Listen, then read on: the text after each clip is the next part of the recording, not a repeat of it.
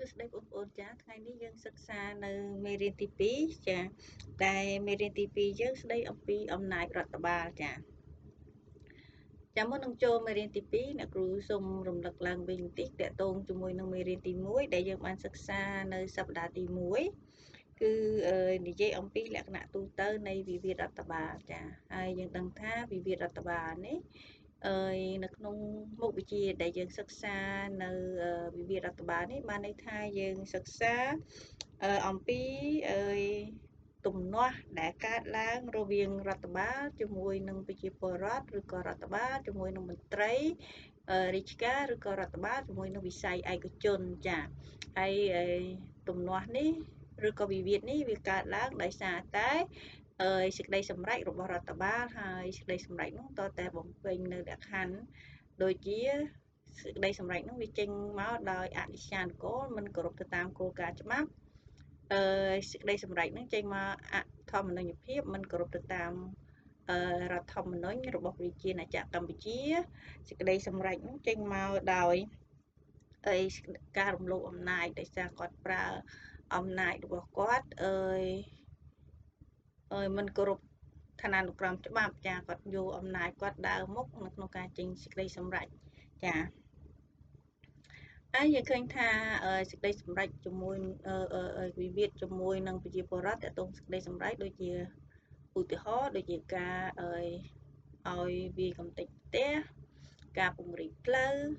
ចាការវាកំទេចអគារឬក៏សំណង់ដែលគាត់ថាខុសច្បាប់ឬក៏ខុសបច្ចេកទេសនោះចាហើយជាមួយមន្ត្រីរាជការទាក់ទងជាមួយនឹងសេចក្តីសម្រេចឧទាហរណ៍ដូចជាការ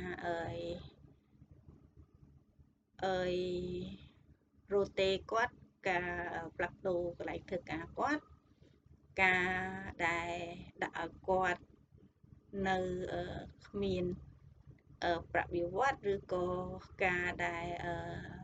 បញ្ឈរជើងគាត់ដាក់អញ្ចឹងតែចាហើយអាចសេចក្តីសម្រេចរដ្ឋបាលនៅក្នុងការលោកកិច្ចសន្យាដាក់ដែលកិច្ចសន្យានោះធ្វើឡើងជាមួយនឹងក្រុមហ៊ុនឯកជនចាអញ្ចឹងមានន័យថាវិវាទរដ្ឋបាលនេះគឺវាកើតឡើងចេញពីសេចក្តីសម្រេចរបស់រដ្ឋបាលអាចជាសេចក្តីសម្រេចហ្នឹងវាប៉ះពាល់ទៅដល់ប្រជាពលរដ្ឋឬក៏ប៉ះពាល់ដល់មន្ត្រីឬក៏ប៉ះពាល់ដល់វិស័យឯកជនកាលណាសេចក្តីសម្រេចនោះវាមានលក្ខណៈជាអនិច្ចានុកូលអធម្មញ្ញភាពឬក៏មានលក្ខណៈជាការរំលោភអំណាចចាហើយសេចក្តីសម្រេចរដ្ឋបាលនេះវាអាចជាសេចក្តីសម្រេចរបស់រដ្ឋបាលថ្នាក់ជាតិថ្នាក់ក្រោមជាតិហើយក៏រួមបញ្ចូលនឹងសេចក្តីសម្រេចរបស់តុលាការផងដែរដែលអាចកើតនៅវិវាទនេះមិនមែនថាអត់រាប់បញ្ចូលសេចក្តីសម្រេចតុលាការណានៅក្នុងនោះគឺមានរាប់បញ្ចូលទាំងសេចក្តីសម្រេចរបស់តុលាការផងដែរចាបើសិនជាសេចក្តីសម្រេចនោះឬក៏ការចេញសាលក្រមនោះវាមិនស្របឬក៏វាអនិច្ចានុកូលចាឥឡូវយើងចូលដល់មេរៀនទី2ដែលយើងសិក្សាអំពីអំណាចរដ្ឋបាលចានៅក្នុងមេរៀនទី2ដែលយើងសិក្សានៅអំណាចរដ្ឋបាលនេះយើងក្តោបនៅចំណុចធំចំនួន3ចាគឺទី1គឺអំណាចរដ្ឋបាលទី2គឺអំណាចឆន្ទានុសិទ្ធិរដ្ឋបាលទី3គឺអំណាចនគរបាលរដ្ឋបាលចាអំណាចរដ្ឋបាលនេះយើងនឹងសិក្សាជាចំណុចតូចទៀតចាចំណុចកយើងសិក្សាពីការកំណត់ធានរបស់រដ្ឋបាលខយើងសិក្សាអំពីការរយុត្តិធម៌របស់រដ្ឋបាលគយើងសិក្សាពីការដឹកនាំរដ្ឋបាលខយើងសិក្សាពីការគ្រប់គ្រងរដ្ឋបាលចាហើយចំណែកអំណាចឆន្ទានុសិទ្ធិរបស់រដ្ឋបាលយើងសិក្សាទៅលើពីចំណុចតូចគឺកសមត្ថកិច្ចចាសមត្ថកិច្ចរបស់រដ្ឋបាលខគឺសមត្ថកិច្ចនោះគឺតើតើនឹងការបម្រើប្រយោជន៍ចាប្រយោជន៍ទូទៅប្រយោជន៍សាធារណៈចាហើយតើតើជាមួយនឹងអំណាចនគរបាលរដ្ឋបាលនេះយើងសិក្សាមាន2ចំណុចដែរគឺអំណាចនគរបាលរដ្ឋបាលទូទៅហើយនិងអំណាចនគរបាលរដ្ឋបាលពិសេសចា ឥឡូវយើងមើលចំណុចទី1តកតងជាមួយនឹងអំណាចរដ្ឋបាលចាយើងមើលមកពាក្យរដ្ឋបាលជាមុនសិនចារដ្ឋបាលគឺជាអង្គការចាត់តាំងសាធារណៈក្រោមការដឹកនាំរបស់រាជរដ្ឋាភិបាលចាហើយដើម្បីដឹកនាំរដ្ឋបាលប្រកបទៅដោយប្រសិទ្ធភាពបានលុះត្រាតែរដ្ឋបាលទទួលបាននូវអំណាចអញ្ចឹងរដ្ឋបាលគឺជាអង្គការចាត់តាំងចាជាអង្គការចាត់តាំងក្រោមការដឹកនាំរបស់រាជរដ្ឋាភិបាលហើយការចាត់តាំងនឹងឲ្យមានប្រសិទ្ធភាពតើតែរដ្ឋបាលនឹងទទួលបានអំណាចចឹងអញ្ចឹងរដ្ឋបាលនឹងចាត់តាំងមានប្រសិទ្ធភាពតើតែរដ្ឋបាលទទួលបានអំណាចចាអញ្ចឹងយើងមើលថាតើអំណាចរបស់រដ្ឋបាលនឹងវាមានអំណាចអីខ្លះចាទីមួយយើងត្រូវដឹងថាអំណាចរបស់រដ្ឋបាលនឹងជាអំណាចដែលត្រូវបានស្គប់ទៅដោយច្បាប់បានន័យថាច្បាប់បានកំណត់នៅអំណាចរដ្ឋបាលទាំងនោះចាអញ្ចឹងច្បាប់បានកំណត់នៅរដ្ឋបាលអំណាចរបស់រដ្ឋបាលដែលបានបកគលអំណាចទៅឲ្យរដ្ឋបាលហ្នឹងទីមួយគឺឲ្យរដ្ឋបាលនឹងមានអំណាចនៅក្នុងការកំណត់វិធានរបស់រដ្ឋបាលចាទី2គឺឲ្យរដ្ឋបាលនឹងមានអំណាចនៅក្នុងការរកយុត្តិធម៌ទី3គឺឲ្យរដ្ឋបាលនឹងមានអំណាចនៅក្នុងការដឹកនាំហើយទី4គឺឲ្យរដ្ឋបាលនឹងមានអំណាចនៅក្នុងការគ្រប់គ្រងចាអញ្ចឹងយើងមើលអំណាចនៅក្នុងការកំណត់វិធានរបស់រដ្ឋបាលចាការកំណត់វិធានរបស់រដ្ឋបាលហ្នឹងគឺត្រូវតែកំណត់ដោយស្របច្បាប់និងដោយអំណាចដែលសភាបុគ្គលឲ្យយើងដឹងថាច្បាប់វាអនុម័តដោយសភាអញ្ចឹងសភាអនុម័តច្បាប់ហើយច្បាប់ទាំងនោះច្បាប់មួយចំនួននោះគឺបានកំណត់នៅអំណាចរបស់រដ្ឋបាលក្នុងការកំណត់វិធានចាកំណត់វិធានអញ្ចឹងច្បាប់ដែលសភាបានអនុម័តទៅឲ្យស្ថាប័នរដ្ឋបាលទៅតាមវិស័យមួយហ្នឹងគឺវាមានទៅតាមទៅតាមច្បាប់ដូចជាមានដាក់នៅក្នុងសហគមន៍ឬក៏នៅក្នុងរដ្ឋធម្មនុញ្ញsẽបានកំណត់នៅអំណាចរបស់រដ្ឋបាលហើយចាហើយអំណាចរបស់រដ្ឋបាលនៅក្នុងការកំណត់វិធាននេះគឺត្រូវតែស្របទៅតាមច្បាប់ចាច្បាប់ទាំងនោះដែលសភាបានអនុម័តមិនមែនច្បាប់ដែលសភាមិនទាន់បានអនុម័តទេចាតើតើច្បាប់សភាអនុម័តហើយហើយបានកំណត់អំណាចគាត់ត្រឹមកម្រិតណានោះគឺគាត់ធ្វើទៅតាមច្បាប់នោះចាអញ្ចឹងបានគេថាវិធានដែលរដ្ឋបាលអាចកំណត់បាននោះគឺគាត់ត្រូវតែស្របជាមួយច្បាប់ហើយដែលច្បាប់ហ្នឹងគឺសភាបានអនុម័តហើយមានន័យថាសភាជាអ្នកផ្ដល់អំណាចឲ្យគាត់ចាដើម្បីការផ្ដល់សិទ្ធិឲ្យគាត់នៅក្នុងការកំណត់វិធាននេះគឺដើម្បីឲ្យគាត់អនុវត្តនៅក្នុងការងាររដ្ឋបាលរបស់គាត់ចាឲ្យដំណើរការរដ្ឋបាលរបស់គាត់ចឹងបើរដ្ឋបាលបើអត់មានវិធានផ្ទៃក្នុងទេគឺពិបាកនៅក្នុងការដំណើរទៅរដ្ឋបាលនោះឲ្យបានប្រសើរអញ្ចឹងគឺច្បាប់បានផ្ដល់សិទ្ធិទៅដល់រដ្ឋបាលនៅក្នុងការកំណត់វិធានផ្ទៃក្នុងរបស់គាត់ចាកំណត់វិធានរបស់គាត់វិធានរបស់រដ្ឋបាលហ្នឹងមានអំណាចអនុវត្តដោយបង្ខំចាគេឲ្យសិទ្ធិគឺមានអំណាចអនុវត្តដោយបង្ខំទោះបីជាវិធាននោះខុសឬត្រូវក៏ដោយចាឧបមាថាឥឡូវវិធាន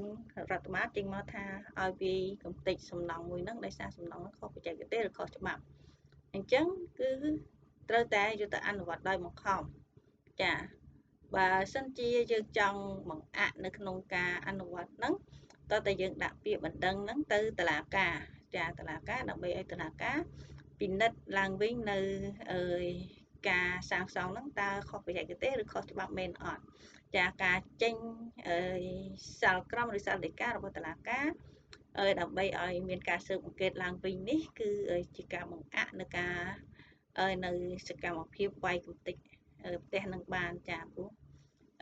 ជាទូទៅវិធានរបស់រដ្ឋបាលនេះមិនមែនថាដាក់ថ្ងៃហ្នឹងមកឲ្យយើងអនុវត្តថ្ងៃហ្នឹងតែម្ដងទេគេទុកពេលវេលាមួយសម្រាប់ឲ្យយើងតវ៉ាឬក៏ឲ្យយើងត្រៀមលក្ខណៈនៅក្នុងការរើគេតែងទុកពេលវេលាឧទាហរណ៍មួយសប្តាហ៍អញ្ចឹងទៅឲ្យយើងរើវ៉ាន់យើងចេញចារើវ៉ាន់យើងចេញដើម្បីមុនគេធ្វើការវាយកំទេចនោះអញ្ចឹងអាចពេលទុកឲ្យហ្នឹងយើងអាចដាក់ពាក្យបណ្ដឹងទៅតុលាការចា អញ្ចឹងវិធានរបស់រដ្ឋបាលនេះគឺមានអំណាចអនុវត្តដោយបង្ខំទោះបីជាវិធានខុសឬក៏ត្រូវក៏ដោយចាគឺចាំបាច់ត្រូវតែគោរពនិងអនុវត្តតាមជាមុនចាប៉ុន្តែអាចប្តឹងទៅតុលាការដើម្បីបញ្ជាការអនុវត្តបានចាអញ្ចឹងយើងអាចប្តឹងទៅតុលាការដើម្បីបញ្ជាការអនុវត្តបានចាឧទាហរណ៍អាជ្ញាធរចេញសេចក្តីសម្រេចឲ្យវាយកំទេចផ្ទះដោយមូលហេតុសំណងខុសច្បាប់ឬខុសបច្ចេកទេសចាអញ្ចឹងក៏ទុកពេលវេលានៅក្នុងការវាយកំទេចហ្នឹងទៅយើងថាយើងសង់ហ្នឹងមិនខុសច្បាប់ទេមិនខុសបច្ចេកទេសទេយើងដាក់ពាក្យបណ្ដឹងទៅតុលាការដើម្បីឲ្យតុលាការចេញសាលក្រមឬសាលដីកានៅក្នុងការស៊ើបអង្កេតចាធ្វើការស៊ើបអង្កេតឡើងវិញតាក់ទងជាមួយនឹងសំណងរបស់យើងនោះអញ្ចឹងដាក់បណ្ដឹងទៅតុលាការនឹងធ្វើការស៊ើបអង្កេតឬក៏សិក្សាអំពីសំណងចាដែលបានសងនោះថាហើយការប្តឹងនេះគឺអាចពន្យាពេលในក្នុងការអនុវត្តសេចក្តីសម្រេចរបស់រដ្ឋបាលបានទី2តកតងជាមួយនឹងការរកយុត្តិធម៌ចាអញ្ចឹងរដ្ឋបាលក៏មានសិទ្ធិផងដែរក៏មានកាតព្វកិច្ចផងដែរនៅក្នុងការចូលរួមស្វែងរកយុត្តិធម៌ចាការស្វែងរកយុត្តិធម៌របស់រដ្ឋបាលនេះគឺក្តោបទៅលើទី1គឺការសម្របសម្រួលដោះស្រាយទំនាស់តាមមធ្យោបាយក្រៅប្រព័ន្ធតុលាការចាអញ្ចឹងយើងឃើញថាកន្លងមកឃើញមានការអនុវត្តរួចទៅហើយតកតងនឹងរដ្ឋបាលដែលគាត់សម្របសម្រួលនេះដូចជាករណី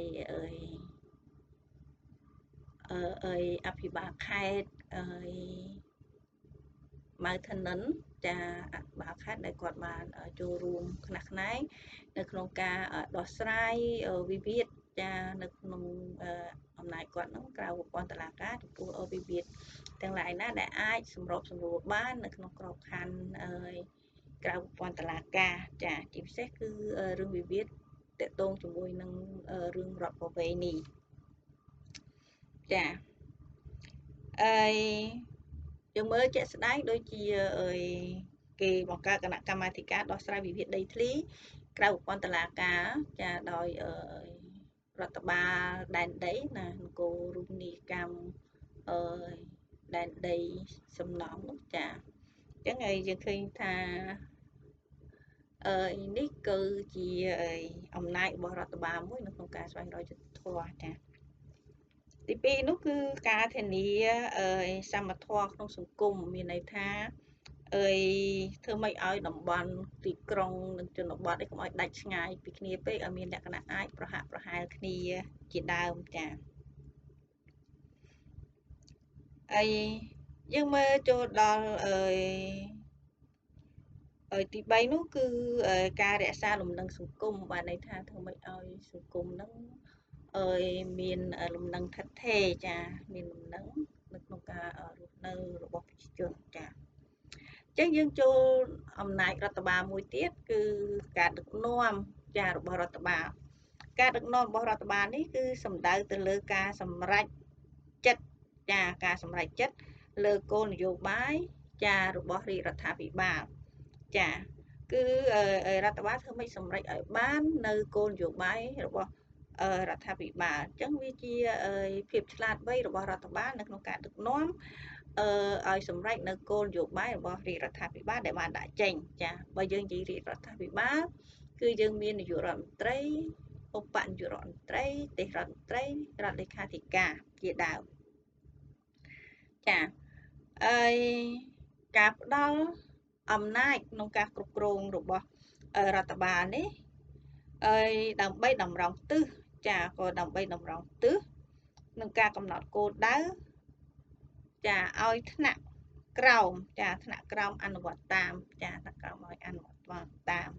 ចាថ្នាក់ក្រោមនេះអាចជាយើងអាចនិយាយថាជាមន្ត្រីរាជការឬក៏ជាមន្ត្រីបច្ចេកទេសក្នុងការអនុវត្តនៅគោលនយោបាយរបស់រាជរដ្ឋាភិបាលក្រោមការដឹកនាំរបស់រដ្ឋបាលចា យើងមើលចំណុចមួយទៀតតកតងជាមួយនឹងអំណាចរដ្ឋបាលនេះដែរគឺការគ្រប់គ្រងរដ្ឋបាលចាការគ្រប់គ្រងរដ្ឋបាលនេះគឺជាការងារចាបច្ចេកទេសចាដោយអនុវត្តប្រចាំថ្ងៃដើម្បីសម្រេចនៅគោលដៅដែលកំណត់ដោយថ្នាក់ដឹកនាំចាថ្នាក់ដឹកនាំគឺអ្នកនយោបាយចាអញ្ចឹងការគ្រប់គ្រងនេះគឺនិយាយចំគឺគាត់គ្រប់គ្រងនៅច្រវាក់ចាច្រវាក់សកម្មភាពចានៅក្នុងស្ថាប័នរបស់គាត់ចាហើយច្រវាក់សកម្មភាពនេះវាតកតងជាមួយនឹងមន្ត្រីបច្ចេកទេសចារដ្ឋបាលគ្រប់គ្រងការងារនៅក្នុងកម្រិតបច្ចេកទេសក្នុងក្របខ័ណ្ឌមុខងារសាធារណៈចាប់ពីថ្នាក់អគ្គនាយកឬអភិបាលខេត្តក្រុងចាស្រុកខណ្ឌនឹងចុះមករហូតចាអញ្ចឹងកម្រិតហ្នឹងកម្រិតត្រឹមអគ្គនាយកចុះមកគេហៅថាមន្ត្រីបច្ចេកទេសចាមន្ត្រីបច្ចេកទេសយើងចូលដល់ចំណុចទី2គឺអំណាចឆន្ទានុសិទ្ធិរដ្ឋបាលចាអំណាចឆន្ទានុសិទ្ធិរដ្ឋបាលនេះមានន័យថារដ្ឋបាលគាត់មានសិទ្ធិចាត់ការឬក៏ធ្វើសេចក្តីសម្រេចរបស់ខ្លួនដោយឯករាជ្យតាមកលៈទេសៈឬហេតុដែលពុំមានបញ្ញត្តិដោយច្បាប់ចាជួនកាលគាត់ឧបមាថាឥឡូវនេះស្រាប់តែមានករណីទឹកជំនន់ចាអញ្ចឹងគាត់ធ្វើសេចក្តីសម្រេចមួយក្នុងការជំលះប្រជាជនទៅរកទីទួលសុវត្ថិភាពចាអញ្ចឹងអានេះអត់មានបញ្ញត្តិនៅក្នុងច្បាប់ទេអញ្ចឹងគាត់មានឆន្ទានុសិទ្ធិនៅក្នុងការចេញសេចក្តីសម្រេចជំលះប្រជាជនឲ្យមានសុវត្ថិភាពឬក៏ប្រទេសមានហានិភ័យមានអាសន្នអញ្ចឹងទៅគាត់អាចចេញសេចក្តីសម្រេចនៅក្នុងកលៈទេសៈភ្លាមៗនឹងបានចា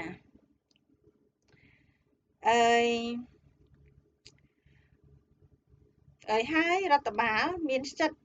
វិនិច្ឆ័យដើម្បីធ្វើសេចក្តីសម្រេចចាគាត់មានសិទ្ធិវិនិច្ឆ័យនៅក្នុងស្ថានភាពជាក់ស្ដែងដើម្បីធ្វើសេចក្តីសម្រេចគាត់វិនិច្ឆ័យថាឥឡូវនេះម្ដុំតំបន់នេះភូមិនេះមានការរីករាលដាលនៃកូវីដហ្នឹងហើយវាអាចឆ្លងខ្លាំងអញ្ចឹងគាត់មានសិទ្ធិនៅក្នុងការបិទគប់ភូមិមួយដើម្បីកុំឲ្យការរីករាលដាលនៃការឆ្លងនឹងជាដើមហើយគាត់អាចនឹងវិនិច្ឆ័យទៅលើស្ថានភាពនៅក្នុងកម្រិតអាចនឹងវាបង្កហានិភ័យកម្រិតណាលក្ខណៈចាអំណាចឆន្ទានុសិទ្ធិរដ្ឋបាលអាចប្រើបាននៅក្នុងលក្ខខណ្ឌចាមាននៅក្នុងលក្ខខណ្ឌនៅក្នុងហ្នឹងចាលក្ខខណ្ឌទី1នោះគឺតកតងនឹងសមត្ថកិច្ចចាហើយលក្ខខណ្ឌទី2នោះគឺតកតងនឹងប្រយោជន៍ចាអញ្ចឹងអំណាចឆន្ទានុសិទ្ធិរបស់រដ្ឋបាលហ្នឹងគឺអាចធ្វើបានតតែស្ថិតនៅក្នុងលក្ខខណ្ឌ2លក្ខខណ្ឌសមត្ថកិច្ចនិងលក្ខខណ្ឌប្រយោជន៍ជាសាធារណៈចាអញ្ចឹងលក្ខខណ្ឌសមត្ថកិច្ចនេះគេសំដៅទៅលើសិទ្ធិដែលទទួលបានដោយច្បាប់ចារដ្ឋបាលត្រូវតែគោរពសមត្ថកិច្ចរបស់ខ្លួនចាអញ្ចឹងសមត្ថកិច្ចនេះសិទ្ធិទទួលបានដោយច្បាប់ឧបមាថាឥឡូវច្បាប់ដល់សមត្ថកិច្ចគាត់នៅក្នុងកម្រិតធានាឲ្យបាននៅការកុំឲ្យមានការរីករាលដាលនៃកូវីដអញ្ចឹងមកគាត់សិក្សាឃើញថាភូមិគាត់អាចនឹងរីករាលដាលកូវីដគាត់អាចបិទគប់ចានៅក្នុងកម្រិតណាមួយចាសមត្ថកិច្ចនេះចែកចេញជា3ប្រភេទចាទី1គឺសមត្ថកិច្ចអំណាចចាសមត្ថកិច្ចគាត់ហ្នឹងគឺសមត្ថកិច្ចអំណាចទី2គឺសមត្ថកិច្ចដែនដីទី3គឺសមត្ថកិច្ចពេលវេលាហើយសមត្ថកិច្ចនេះយើងនឹងជួបនៅមេរៀនខាងក្រោយមួយទៀតចាសមត្ថកិច្ចអំណាចនេះគឺការប្រគល់អំណាចចាតែអំណាចនៅតែនៅក្នុងច្បាប់កំណត់ដោយឧបមាថាខ្ញុំឧទាហរណ៍តុលាការចុះចក្រមចុះគាត់មានអំណាចឆន្ទានុសិទ្ធិគាត់គឺដាក់ទោសបទមហាបទលួចចាដោយស្ថានទម្ងន់ទោសអញ្ចឹងគេដាក់ឲ្យកំណត់ត្រឹមប្រហែលឆ្នាំទៅប្រហែលឆ្នាំអញ្ចឹងឆន្ទានុសិទ្ធិគាត់គឺនៅក្នុងចន្លោះឆ្នាំដែលគេបានកំណត់នឹងចាពីប្រហែលឆ្នាំទៅប្រហែលឆ្នាំអញ្ចឹងអត់អាចលើសពីនឹងទេចាហើយបើនិយាយពីសមត្ថកិច្ចដែនដីឧបមាថាគាត់ជាចៅក្រមនៅណា រាជធានីភ្នំពេញតើតារឿងព្រំប្រទានហ្នឹងកើតនៅក្នុងរាជធានីភ្នំពេញចាអញ្ចឹងបើរឿងព្រំប្រទានកើតនៅខេត្តកណ្ដាលគាត់មិនអាចនឹងឆ្លងសមត្ថកិច្ចបានទេចាឆ្លងសមត្ថកិច្ចដែនដីនឹងបានទេហើយពេលវេលាហ្នឹងដូចគ្នាដែរអូមហាគេឲ្យសិទ្ធគាត់នៅក្នុងការស៊ើបអង្កេតហ្នឹងពីម៉ោង7ដល់ម៉ោង7ព្រឹកដល់ម៉ោង5ល្ងាចអញ្ចឹងឆន្ទៈនិស្សិតគាត់នៅចន្លោះម៉ោង7ដល់ម៉ោង5ចាខុសពីម៉ោងហ្នឹងគាត់អត់មានសិទ្ធនៅក្នុងការចុះទៅស៊ើបអង្កេតអីបានទៀតទេចាយើងមើលឧទាហរណ៍រដ្ឋបាលចាំផ្ទះចារដ្ឋបាលចាំផ្ទះมันអាចចុះហត្ថលេខាលើកិច្ចព្រមព្រៀងជាមួយប្រទេសណាបានឡើយអាហ្នឹងគឺនិយាយពីសមត្ថកិច្ចអំណាចគាត់ចាអញ្ចឹងគាត់គ្រាន់តែជារដ្ឋបាលចាំផ្ទះហើយគាត់អត់មានសិទ្ធប្រើអំណាចទៅក្នុងការចុះហត្ថលេខាជាមួយនឹងកិច្ចព្រមព្រៀងណាបានទេចាគាត់គ្រាន់តែចាំផ្ទះធ្វើម៉េចកុំឲ្យធ្វើម៉េចឲ្យអាដំណើរការចាស់ហ្នឹងដំណើរការហ្នឹងវានៅតែដើរធម្មតាតែมันអាចបង្កើតដំណើរការថ្មីមួយទេគឺជាសិទ្ធិរបស់រដ្ឋបាលថ្មីដែលត្រូវបានបង្កើតឡើងទី2នោះគឺបម្រើប្រយោជន៍ទូទៅចាបម្រើប្រយោជន៍ទូទៅចាបើយើងនិយាយពីបម្រើប្រយោជន៍ទូទៅអំណាចឆន្ទៈនិស្សិតនៃរដ្ឋបាលប្រើប្រាស់ដើម្បីចេញសេចក្តីសម្រេចមួយចាំបាច់ដែលត្រូវបម្រើប្រយោជន៍សាធារណៈអញ្ចឹងឆន្ទៈនិស្សិតទី1តកតងសមត្ថកិច្ចតាសមត្ថកិច្ចនោះគឺគេឲ្យគាត់មានសមត្ថកិច្ចតកតងនឹងសមត្ថកិច្ចអំណាចសមត្ថកិច្ចដែនដីសមត្ថកិច្ចពេលវេលាហើយអំណាចឆន្ទៈនិស្សិតទី2របស់គាត់នោះគឺតកតងជាមួយនឹងប្រយោជន៍ទូទៅចាហើយប្រយោជន៍ទូទៅនេះមានដូចជាឧបមាថាគាត់ចង់ពង្រីកផ្លូវចាគាត់ពង្រីកផ្លូវឬក៏គាត់ដាក់ការដៅទិសផ្លូវជាដើមចាអញ្ចឹងគេឲ្យជាអំណាចឆន្ទៈនិស្សិតរបស់គាត់ចាគាត់មានឆន្ទៈនិស្សិតនៅក្នុងការសម្រេចចាយើងចូលដល់ចំណុចទី3ចាចំណុចទី3គឺតកតងជាមួយនឹងអំណាចនគរបាលរដ្ឋបាលចានគរបាលរដ្ឋបាលនេះគឺត្រូវបានបង្កើតឡើងដើម្បីបង្ការពារកុំឲ្យមានការប៉ះពាល់សណ្ដាប់ធ្នាប់សាធារណៈចាអញ្ចឹងនគរបាលរដ្ឋបាលនេះគឺបង្ការពារកុំឲ្យប៉ះពាល់សណ្ដាប់ធ្នាប់សាធារណៈនគរបាលរដ្ឋបាលនេះមានសមាជិកពីអាជ្ញាធរថ្នាក់ជាតិមានដូចជានាយករដ្ឋមន្ត្រីចានាយករដ្ឋមន្ត្រីអាជ្ញាធរថ្នាក់ក្រោមជាតិមានគិតពីអភិបាលរាជធានីខេត្តរហូតដល់ចៅសង្កាត់ចាចុះមករហូតដល់ចៅសង្កាត់ចាគឺសុទ្ធតែជានគរបាលរដ្ឋបាលចានៅក្នុងសកម្មភាពរបស់នគរបាលរដ្ឋបាលធ្វើឲ្យកើតមាននៅជាសនកម្មចាបើសិនជាសកម្មភាពរបស់នគរបាលរដ្ឋបាលធ្វើឲ្យកើតមាននៅជាសនកម្មចាអ្នករងជាសនកម្មអាចប្តឹងទៅតុលាការរដ្ឋបាលចាអ្នករងជាសនកម្មអាចប្តឹងទៅតុលាការរដ្ឋបាលយើងដឹងហើយយើងបានសិក្សាពីប្រវត្តិនៃវិវាទរដ្ឋបាលនោះយើងឃើញថារហូតដល់ចុងក្រោយគឺវិវាទរដ្ឋបាលនេះគឺបើកសិទ្ធឲ្យប្តឹងតកតងជាមួយនឹងការទាមទារសំណងចាការទាមទារសំណងអញ្ចឹងករណីការទាមទារសំណងនេះគឺតកតងជាមួយនឹងការប៉ះពាល់នៅចេតនកម្មនៃសកម្មភាពរបស់រដ្ឋបាលនឹងឯងអញ្ចឹងបើសិនជាសកម្មភាពរបស់រដ្ឋបាលធ្វើឲ្យប៉ះពាល់ធ្វើឲ្យខាតបង់ដល់ប្រជាពលរដ្ឋឬដល់ក្រុមហ៊ុនឬដល់មន្ត្រីក្រមអាវ៉ាតគឺគេបើកសិទ្ធឲ្យគាត់ទាមទារសំណងចាដោយការចេតនកម្មនឹងចាមួយវិញទៀតគឺបើចេតនកម្មនឹងកើតមានពេលកំពុងតែមានសកម្មភាពអាចប្តឹងទៅតុលាការស៊ីវិលបានចាបើសិនជាចេតនកម្មនឹងធ្ងន់ធ្ងរឧបមាថាកំពុងតែបង្ក្រាបចោល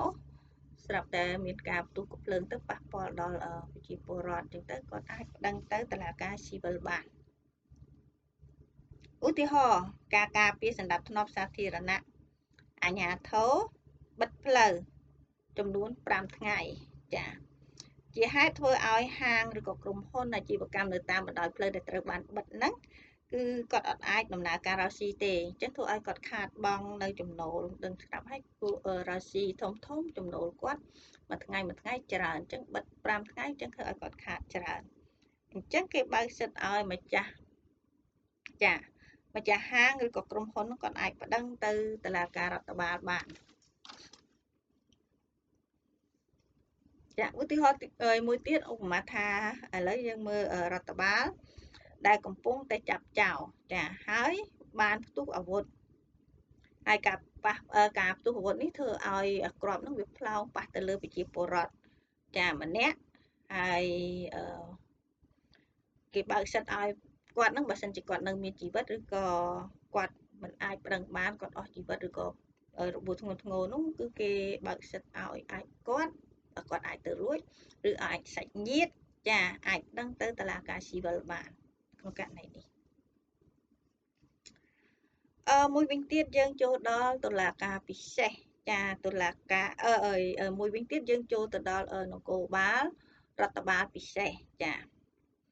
នគរបាលរដ្ឋបាលពិសេសនេះនគរបាលរដ្ឋបាលពិសេសនេះគឺសំដៅទៅលើសកម្មភាពទាំងឡាយណាដែល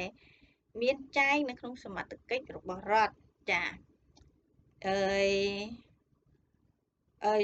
មានចែងនៅក្នុងសមត្ថកិច្ចរបស់រដ្ឋបាលជាក់លាក់ដូចជានគរបាលរដ្ឋបាលព្រៃឈើនគរបាលរដ្ឋបាលបរិស្ថាននគរបាលរដ្ឋបាលវប្បធម៌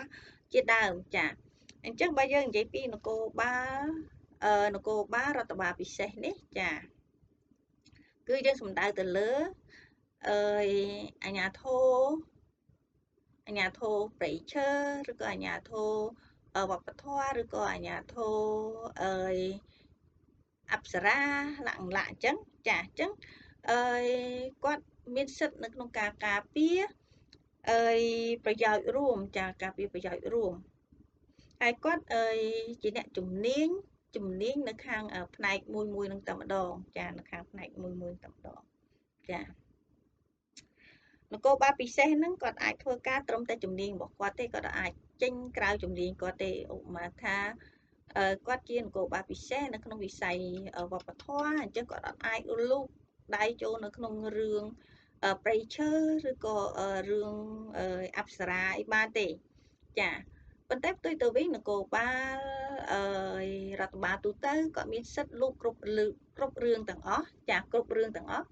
មិនថារឿងវប្បធម៌មិនថារឿងរឿងអប្សរាឬក៏រឿងព្រៃឈើទេគាត់អាចលូកបានតែនគរបាលរដ្ឋបាលពិសេស